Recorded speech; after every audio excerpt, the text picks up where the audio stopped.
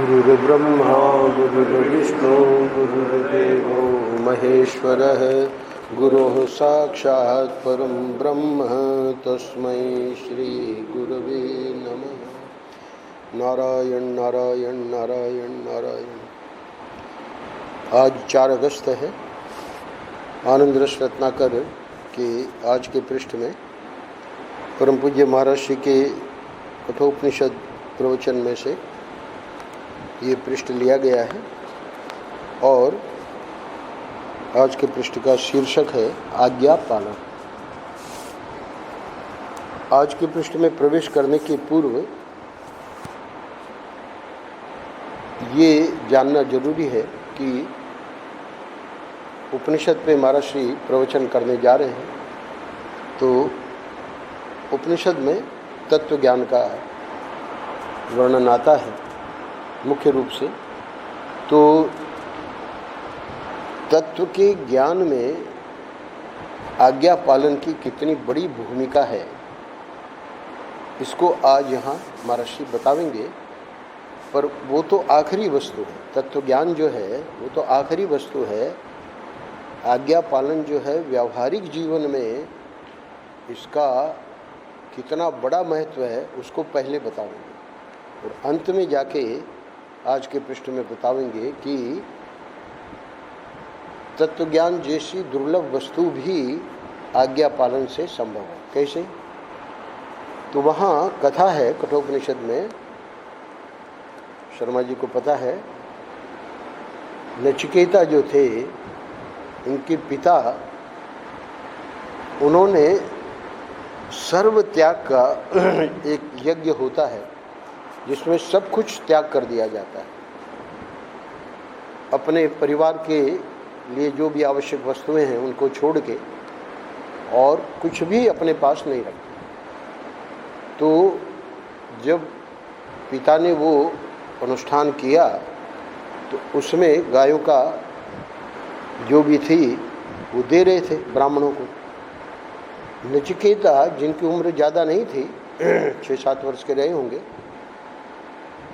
बड़े बुद्धिमान थे।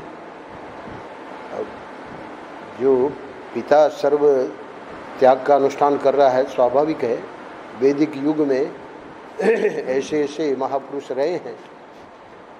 तो पिता तो खैर धार्मिक थे ही, पर पुत्र को भी संस्कार थे कि धर्म क्या होता है। यद्यपि वो छोटे थे उम्र में, पर देख रहे थे कि पिता जो हैं वो अच्छी गायें तो उन्होंने रख ली हैं और जो किसी काम की गायें नहीं हैं उनका दान कर रहे। इससे उसको कष्ट हुआ, पुत्र को ये देख के कष्ट हुआ कि पिता ऐसा क्यों कर रहे। स्वाभाविक है कि वो समझ गए कि वो हमारे लिए रखी जा रही हैं, कि अभी हमारे परिवार में बेटा तो है तो गायें तो आवश्यक रहेंगी। पर फिर ऐसी गायों का दान जो किसी काम की नहीं है, न दूध देंगी, है ना, सब बुढ़िया। तो उन्होंने पिताजी को प्रश्न किया कि सबका त्याग है ना, तो हमारा भी तो आपको त्याग करना पड़ेगा, तो हमको आप किसे देंगे। मूल उपनिषद में ये कथा आई है। पिता अपना कार्य कर रहे थे दान देने का, उपेक्षा कर दी पुत्र के प्रश्न की। पर पुत्र कुछ पिता को संकेत करना चाह रहा था कि आप कर क्या रहे हैं, इससे तो पाप ही होगा।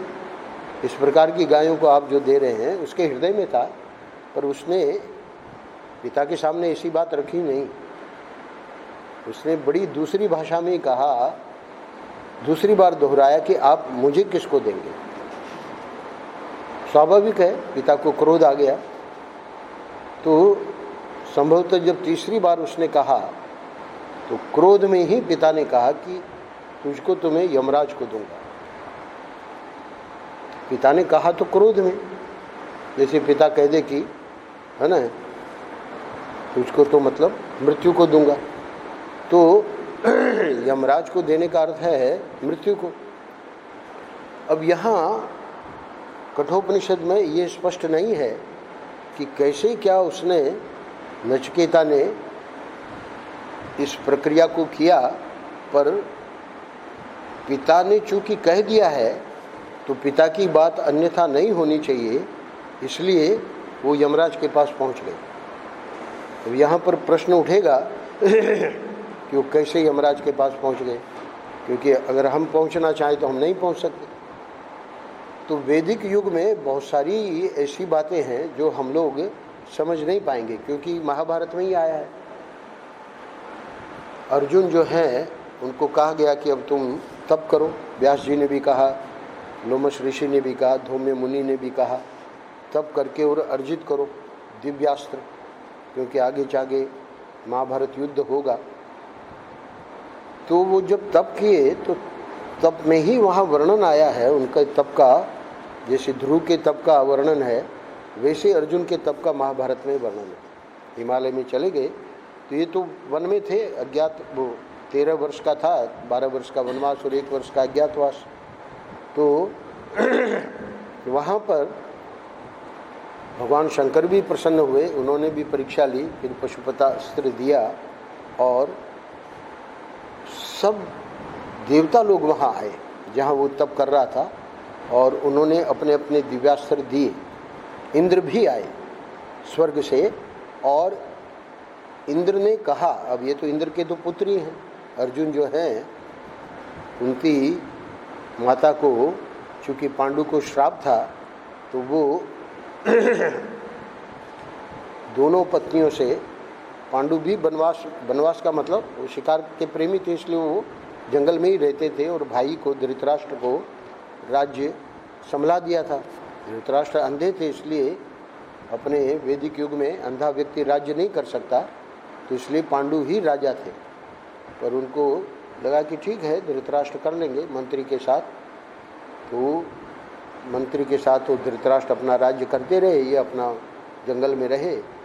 तो जंगल में कुंती को चूँकि उनको श्राप था इसलिए समागम तो दोनों पत्नियों से संभव नहीं था, क्योंकि जैसे ही समागम वो करना चाहेंगे उसी समय उनका शरीर पूरा हो जाएगा। किसी मृग को मार दिया था पर वो मृग नहीं था, वो कोई तपस्वी ऋषि थे जो मृग के रूप में मृगी के साथ आनंद ले रहे थे, यानी अपनी पत्नी के साथ। तो मृगी के रूप में इनको पता नहीं था पांडु को कि ये कोई ऋषि हैं, और उन्होंने उस समय जो बाण मारा, ये लोग शिकार के प्रेमी होते ही थे, तो उससे फिर उस ऋषि ने शाप दिया कि अब तुम्हारा भी ऐसे ही होगा। तो खैर हुआ ये कि कुंती जो उनकी बड़ी पत्नी थी, माद्री छोटी पत्नी थी, तो कुंती को दुर्वासा जी का वरदान था, जब भी तुम किसी भी देवता का आह्वान करोगी वो देवता तुम्हारे पास आ जाएंगे और जो उनसे चाहोगी वो तुमको प्राप्त हो जाएगा।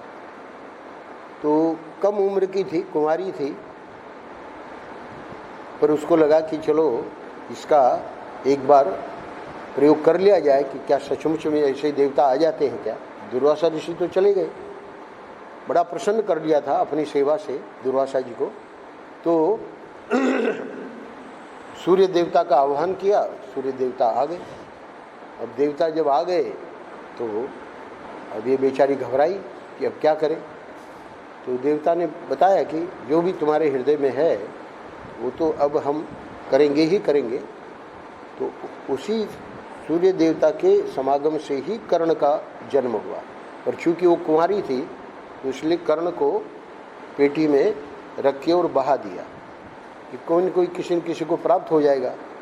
तो वो जो नाविक थे राधा और उनके पति, तो उनको वो कर्ण मिल गए और उनकी संतान नहीं थी, तो उसको कर्ण को भी पता नहीं था हमारी माँ कौन है, पिता कौन है, तो इसलिए उसका नाम राधेय पड़ गया, क्योंकि राधा पुत्र।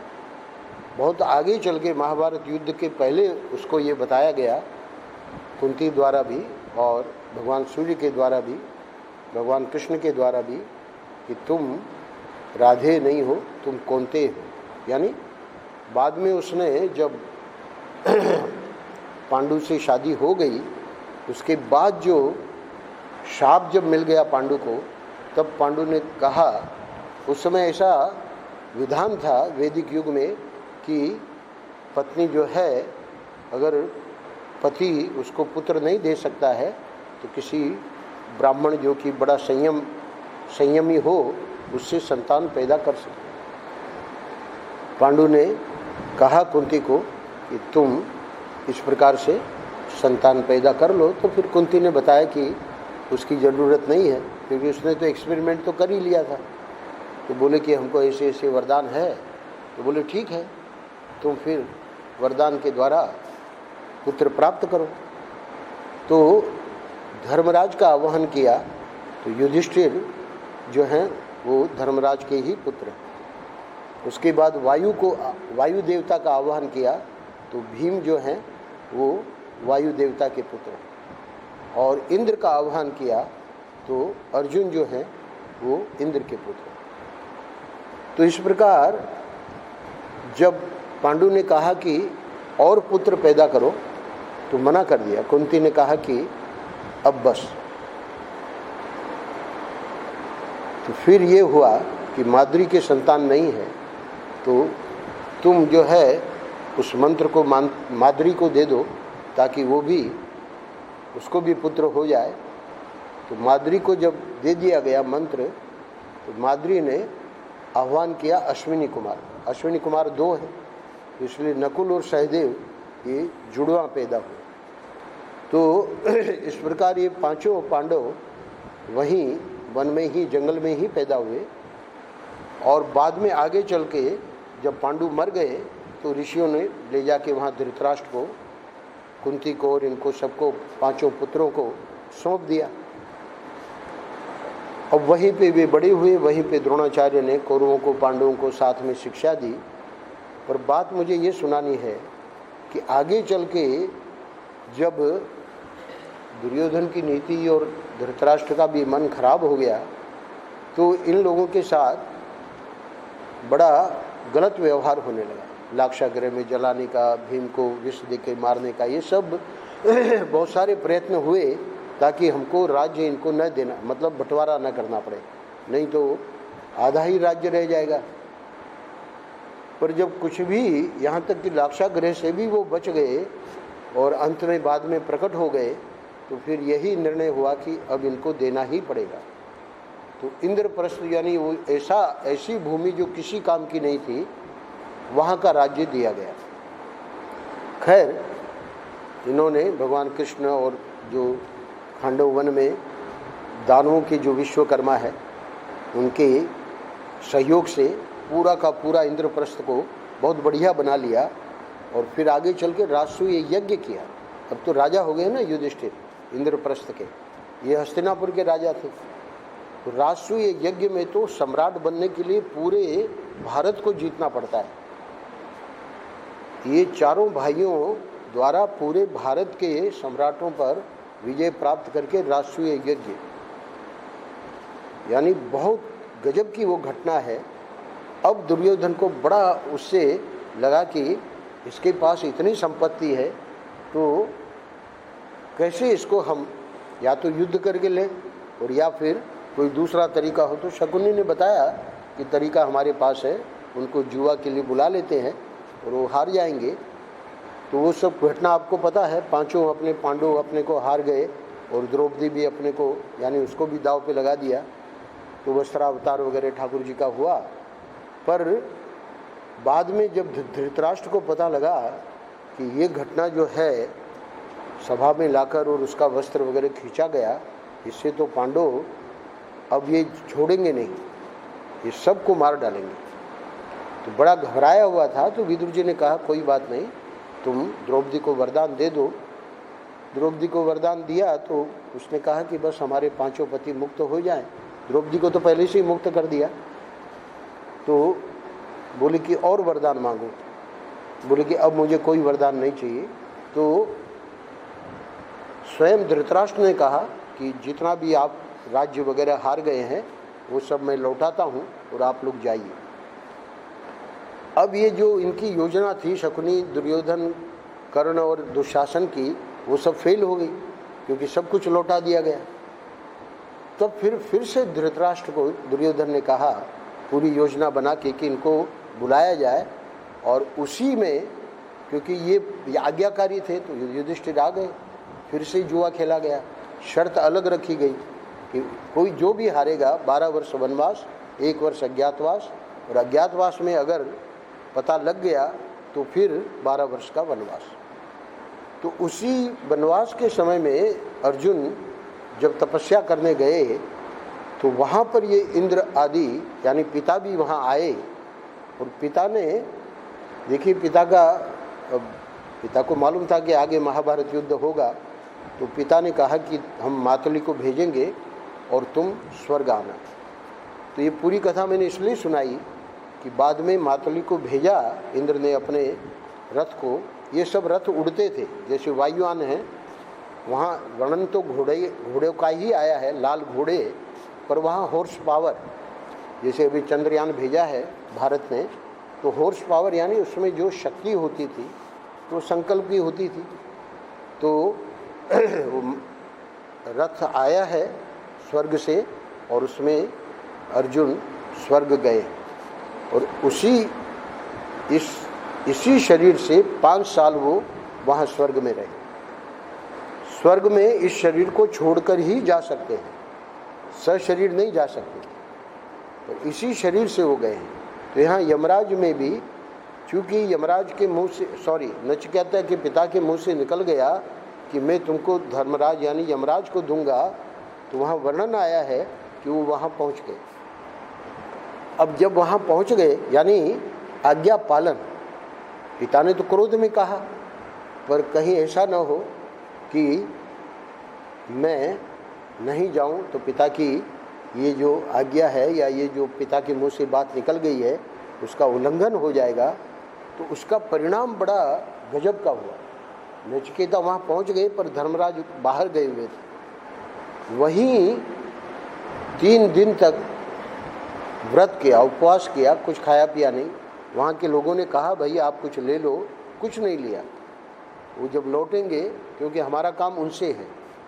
अब धर्मराज जब आए तो देखा कि भाई ऐसे अतिथि है और उपवास रहा, तो उन्होंने कहा कि तुम वर मांगो। तो वर में उन्होंने कुछ पहले बातें मांगी है, पर जो तीसरा वर दिया धर्मराज ने उसमें उन्होंने मांगा है कि मुझे ज्ञान चाहिए। तो तत्व ज्ञान बड़ी दुर्लभ चीज़ है। उन्होंने कहा कि कोई ये तत्व ज्ञान तुम्हारे लिए नहीं है, तुम बहुत प्रलोभन दिए, रथ ले लो, है ना, भूमि ले लो, स्त्रियां ले लो, यानी क्या क्या नहीं प्रलोभन दिया, और वो अड़ गया नचिकेता कि हमको ज्ञान ही चाहिए। भगवान शंकराचार्य जी ने जब इस कठोपनिषद पे अपना भाष्य प्रारंभ किया तो वहाँ नचिकेता को प्रणाम किया है। वहाँ टीकाकारों ने विचार किया कि नचिकेता को भगवान शंकराचार्य क्यों प्रणाम कर रहे हैं। तो उसमें कारण बताया है कि नचिकेता ये ब्रह्म विद्या धर्मराज्य से लेकर और फिर वापस मर्त्यलोक में आया। तो मर्त्यलोक में जो ब्रह्म विद्या हमको प्राप्त है, इसलिए वो नचिकेता को प्रणाम किया। तो कहने का मतलब आज्ञा पालन का अंत में बताएंगे महाराज श्री। तो पहले वैदिक युग में ऐसे सशरीर भी चले जाते थे, जैसे ये गए अर्जुन। तो इसमें आश्चर्य नहीं होना चाहिए कि वो नचिकेता वहाँ कैसे पहुँच गए। पर यहाँ पहले महाराज श्री आज के पृष्ठ में जो आज्ञा पालन हम व्यवहार में ही नहीं कर रहे हैं, तो आगे की तत्व ज्ञान के लिए जो आज्ञा पालन का स्वरूप है वो तो बहुत कठिन है। तो सबसे पहले हमको शुरुआत यहाँ से करनी पड़ेगी। पर यहाँ महाराज श्री समझाएंगे कि कौन सी आज्ञा का पालन किया जाए जो वेद सम्मत हो। और वेद में बताया है धर्म में, यज्ञोपवीत के बाद आप लोग बैठे हो यहाँ, है ना, सब ब्राह्मण परिवार से है। यज्ञोपवीत के बाद तुरंत लागू हो जाता है कि ये करना है, ये नहीं करना है। इसका अर्थ है कि यज्ञोपवीत के बाद अगर हम उस धर्म का उल्लंघन कर रहे हैं तो आज्ञा का उल्लंघन कर रहे हैं। तो आज्ञा का उल्लंघन कर रहे हैं मतलब हम पाप बढ़ा रहे हैं। ये जो गुटखा वगैरह खाना है ये पाप है। अगर धर्म की दृष्टि से भी देखें तब भी उस व्यक्ति को छूना भी नहीं चाहिए। वो तो बड़े प्रेम से खा रहा है और कहने के बाद भी नहीं छोड़ रहा है। इसकी क्या विडंबना कही जाए, और हमको आज्ञा पालन के ऊपर बोलना पड़ रहा है। प्रत्येक धर्म का इस ढंग से विचार करना चाहिए कि यह हमारे आत्मज्ञान और अविद्या निवृत्ति में किस रीति से मददगार होता है। परम पूज्य महाराज जी कह रहे हैं कि ये जो धर्मशास्त्र का इतना गजब का वैदिक सनातन धर्म में निरूपण है, और उसको पहले महापुरुष लोग करते थे, तभी तो आज उनको हम ठाकुर जी की कक्षा में बैठाते हैं। कितनी गजब की उनकी साधना रही होगी। तो प्रत्येक धर्म का इस ढंग से विचार करना चाहिए। प्रत्येक धर्म का मतलब हमारे लिए जो भी धर्म है ना, धर्म में सामान्य धर्म है, परम धर्म है, भागवत धर्म है। महाराज जी का धर्म पर एक लेख है। भागवत धर्म यानी भक्ति को भी धर्म में ले लिया। परम धर्म यानी योग, वो भी धर्म है। और सामान्य धर्म तो सबको पता ही है, यम नियम आदि। तो उसका इस प्रकार विचार करना चाहिए कि यह हमारे आत्मज्ञान और अविद्या निवृत्ति में किस रीति से मददगार होता है। ऐसा नहीं कि हमारे ऊपर थोपा जा रहा है, ये करो ये मत करो। अरे भाई, वो तो हमारा ये जन्म मरण का चक्र ही समाप्त कर देगा। अविद्या निवृत्ति का अर्थ क्या है? एक होता है अपनी वासना के अनुसार चलना, और एक होता है दूसरे की आज्ञा के अनुसार चलना। जो आदमी बड़ों की आज्ञा का उल्लंघन करता है, उसके हृदय में तो अपनी वासना बड़ी प्रबल है। स्वाभाविक है। पीयूष को कितना समझाया, नहीं समझा, कितनी प्रबल वासना है। अपनी वासना के प्रबल होने का प्रमाण यही है कि वह शास्त्र की, गुरु की, बड़ों की, भगवान की बात न मानकर अपने मन में जो इच्छा वासना उठती है उसी को करता है। और कहता क्या है? बोलता है कि हम स्वतंत्र हैं। अरे वह स्वतंत्र नहीं है, वो अतंत्र है, परतंत्र है, उच्छृंखल है। दूसरे के काबू में तो तुम हो ही नहीं, अपने भी काबू में नहीं हो। क्यों? जब मन ने तुम्हें गड्ढे में डाला तो तुम गड्ढे में गिर गए। अब अगले पैराग्राफ में महाराज जी कह रहे हैं, जब मनुष्य अतंत्र हो जाता है, यानी बड़ों की भी बात नहीं मानता और अपने मन का गुलाम हो जाता है, तो धीरे धीरे आदत बिगड़ जाएगी। हम लोग देख रहे हैं। फिर मन में होगा कि यह बात नहीं बोलनी चाहिए, परंतु बोलोगे। मन में होगा कि नहीं मारना चाहिए, परंतु जब गुस्सा आ जाएगा तब मारोगे। तो उनको पता है। खुद इसने बताया, स्वामी जी बड़ी गलती हो गई है ना, बच्चा तो छोटा है ना, क्रोध आ गया, नहीं मारना चाहिए। जो मारा महाराज, 5 उंगलियां उसके गाल पे मड़ गई। तो ठीक है, वो बच्चे को थोड़ा अनुशासित करने के लिए, है ना, माँ भी मारती है, पर पिता के जैसे नहीं। हमने भी पिता की मार खाई है महाराज, नाक में से खून आ गया। तो जब गुस्सा आ जाएगा तब मारोगे। मन में होगा कि इस चीज़ को, तीसरी बात, मन में होगा कि इस चीज़ को नहीं खाना चाहिए, परंतु जब वह चीज़ सामने आएगी तब खा लोगे। बुद्धि कहेगी कुछ, इंद्रियों से करोगे कुछ।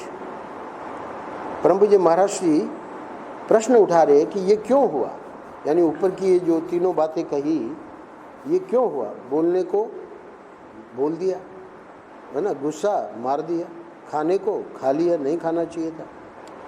तो ये क्यों हुआ, उसका कारण बता रहे हैं। तुमने आज्ञा पालन करना नहीं सीखा। एक ही वाक्य में उत्तर है। कोई ज़्यादा हमारे संस्कार थे, हमारे पुराने, अरे सबको मारो गोली। यज्ञोपवीत संस्कार ही इसलिए कराया जाता है कि हम आदमी बने, मनुष्य बने। उसके पहले शूद्र होता है। जन्मना हर व्यक्ति शूद्र है, भले वो ब्राह्मण परिवार में ही क्यों न जन्म लिया हो, इसलिए दूसरा जन्म होता है। ये द्विज क्या है? यज्ञोपवीत जो है संस्कार, ये दूसरा जन्म इसलिए है कि वहाँ बालक में जो ब्राह्मण परिवार में जो उत्पन्न है वो ब्राह्मण, क्षत्रिय में अब वो क्षत्रिय कहलाएगा। यज्ञोपवीत के बाद वैश्य, अब वो यज्ञोपवीत के बाद वैश्य कहलाएगा। उसके यज्ञोपवीत के पूर्व तो सब लोग शूद्र ही थे। क्यों? क्योंकि धर्म का कंट्रोल नहीं था। धर्म का कंट्रोल आता ही यज्ञोपवीत के बाद है। इसीलिए ब्राह्मण बालकों को जल्दी किया जाता है, क्योंकि उनके जन्म जन्म के संस्कार है। तो इसलिए महर्षि कह रहे हैं कि ये क्यों हुआ कि तुमने आज्ञा पालन करना नहीं सीखा, मनमानी करना सीखा है। अब तुम अपनी इंद्रियों के परतंत्र हो। ये मत समझो कि तुम स्वतंत्र हो। जो दूसरों की आज्ञा मान करके चलता है उसका मन अपने अधीन हो जाता है। महाराज, ये आज्ञा पालन का प्रश्न क्यों किया जा रहा है? महाराज श्री बता रहे हैं, दूसरों की आज्ञा यानी बड़े जो है हमारे हितैषी हैं, वो जो हमको आज्ञा करेंगे उसका जब हम पालन करेंगे तो क्या होगा? अब हम अपने मन के अधीन नहीं हैं, अब हम उनके अधीन हैं। तो हमारा मन अपने आप कंट्रोल में आ जाएगा। अभी तक तो मन नचा रहा था, और जो आज्ञा पालन नहीं करता उसका मन अपने वश में नहीं रहता। सीधी बात है, इसमें कोई ज़्यादा समझाने की ज़रूरत ही नहीं। हम देख रहे हैं अपनी स्थिति, यानी सिर्फ श्रोताओं की नहीं, हम अपने बारे में भी कह रहे हैं। अतः वासना की निवृत्ति के लिए, अंतःकरण की शुद्धि के लिए आज्ञा पालन करना आवश्यक है। अब देखो, आज्ञा पालन में भी एक नियंत्रण है। महर्षि जानते थे कि लोग प्रश्न उठाएंगे कि भाई कोई कैसे भी आज्ञा कर दे तो क्या हम पालन करें? सिर्फ वो हमसे बड़ा है इसलिए हम उसका पालन करें? बोले नहीं, उसमें एक कसौटी है। क्या कसौटी है? अब देखो, आज्ञा पालन में भी, इधर है आसन,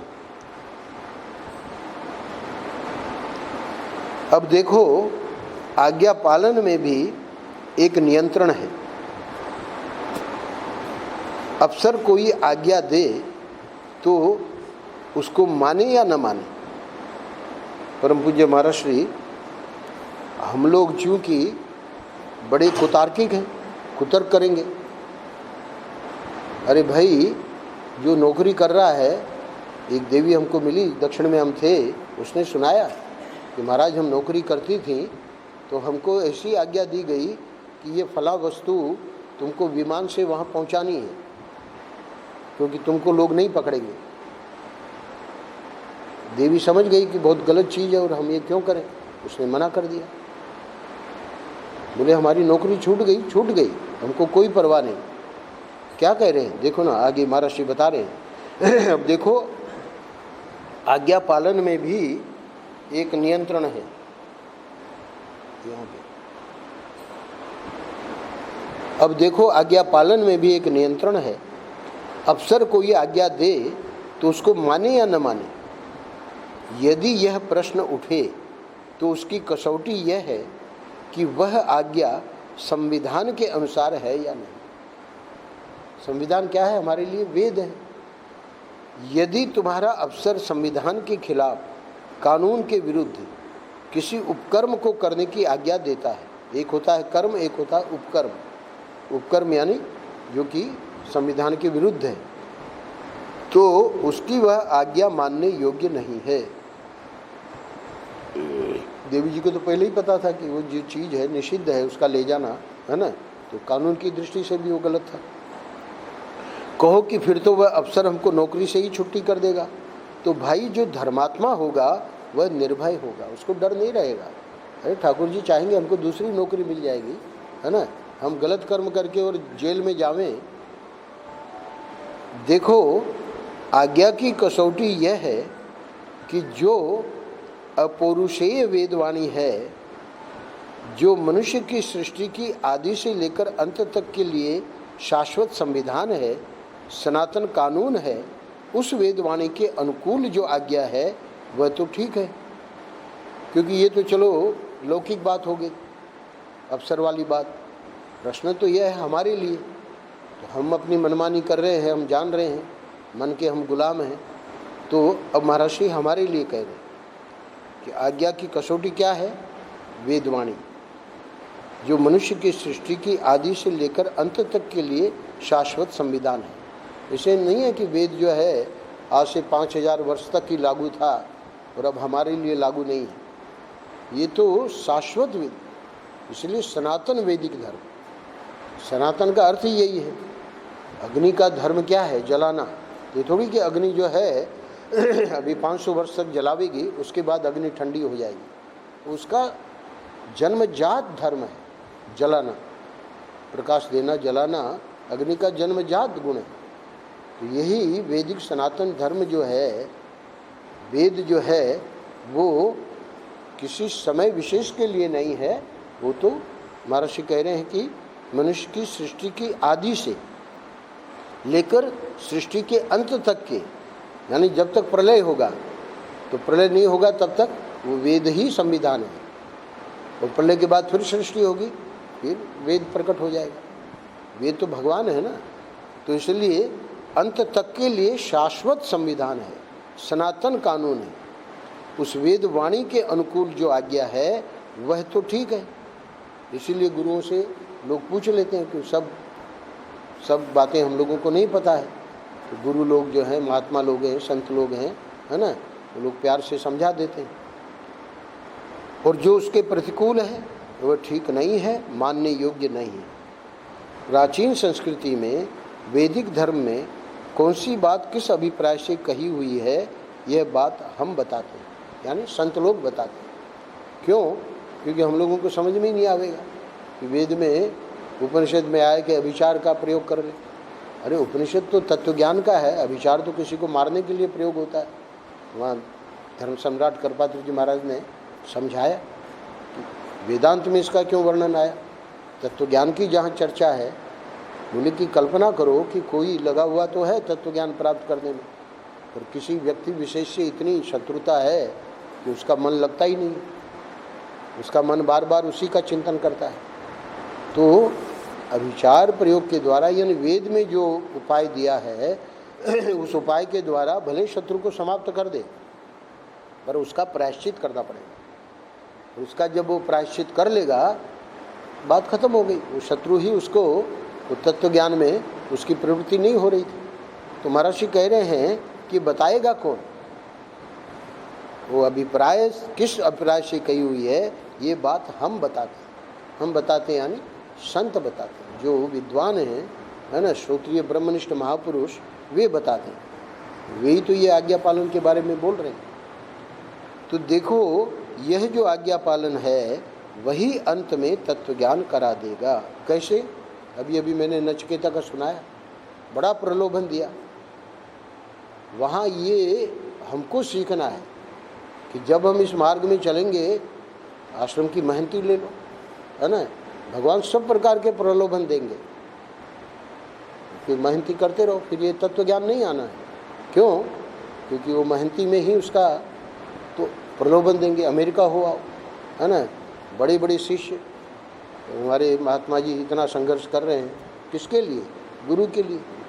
इस बार भी जो पिछली बार पत्रिका दे गई, हमने पढ़ी, साफ लिख दिया कि भाई आप लोग चाहते हो कि नहीं चाहते। अब हम ये कार्य कर रहे हैं, उसी के अंदर आप लोग जो है, आप लोग यानी कुछ लोग तो अच्छे कार्य में भी आजकल लोग बाधा डाल रहे हैं। तो व्यक्ति करे भी तो क्या करे। तो देखो, यह जो आज्ञा पालन है वही अंत में तत्व ज्ञान करा देगा। कैसे?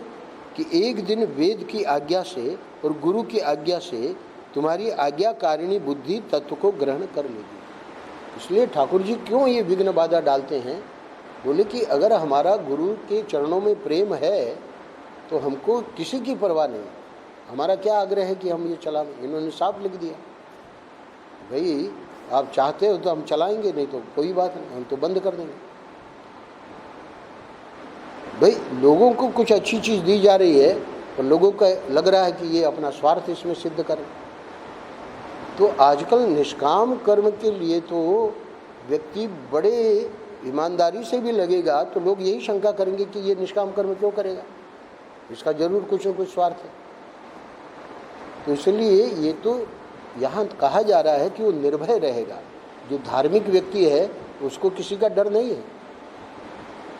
आपके पिताजी हरि बाबा के परम कृपा पात्र हरि बाबा, जिनको महाराज श्री इतना मानते थे, महाराज श्री ने पूरी भागवत सुनाई श्रीधरी टीका से, 1 साल का अनुष्ठान उनके लिए किया। और वहाँ लिखा है हरि बाबा का पूरा महाराज श्री ने लिखवाया है, इसमें भी है आनंद रस रत्नाकर में, संक्षेप में लिया है मैंने 1 पृष्ठ। तो आपके पिताजी पे इतनी अद्भुत कृपा, तो वो पिता के पुत्र में निर्भीकता तो रहेगी। तो इस बार स्पष्ट पत्रिका में लिख दिया है ना, कि आप चाहोगे तो हम बंद कर देंगे। तो कहने का अर्थ ये है कि धार्मिक व्यक्ति को किसी से डरने की जरूरत नहीं है। एक दिन वेद की आज्ञा से और गुरु की आज्ञा से तुम्हारी आज्ञाकारिणी बुद्धि तत्व को ग्रहण कर लेगी, तो और हमको क्या चाहिए, यही तो चाहिए। तो इसीलिए एक कुत्ता, उसने अनुमान लगाया कि फलानी जगह में जाऊंगा 10 दिन लगेगा, है ना, इतने इतने मील चलूंगा। तो प्रथम दिन की यात्रा में ही जो बिरादरी के थे उन्होंने इतना विरोध किया कि वो आगे बढ़े तो कैसे बढ़े, उसकी तो 10 दिन की यात्रा थी, योजना बनाई थी। तो पूंछ दबा के भागा, इन लोगों ने पीछा किया। तो पूंछ दबाने का मतलब सरेंडर, तो फिर उसको काटते वगैरह नहीं है। तो उस बुद्धि से वो जो 10 दिन की यात्रा थी बिरादरी के लोगों के कारण 5 दिन में ही पूरी हो गई। तो महाराज ये बात सुनाते थे। तो कहने का अर्थ है कि तुमने ये आज्ञा पालन रूप अखंड संपत्ति अर्जित की हुई है। आज्ञा पालन भी मनुष्य को तत्व के द्वार पर पहुंचा देता है, और क्या चाहिए हमें। इसी के लिए तो हमने मनुष्य जन्म लिया है। अरे पत्रिका निकले निकले, नहीं निकले नहीं निकले, है ना, निकले तो लोगों का फायदा होता। वो विरोध कर रहे हैं तो चलो कोई बात नहीं, हम अपना भजन करेंगे। नारायण नारायण नारायण नारायण।